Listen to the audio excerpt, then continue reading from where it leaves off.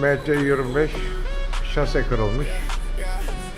Saplamalar kopmuş. İçeriden bu saplamaları çıkaracağız.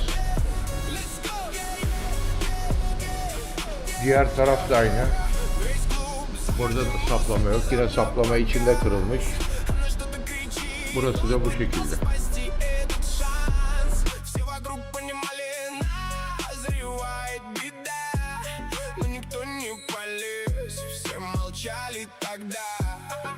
Девочка шуток про уважению не знала. Если болью задели, превращалась в пламя, когда чувства ломают, и внутри пустота.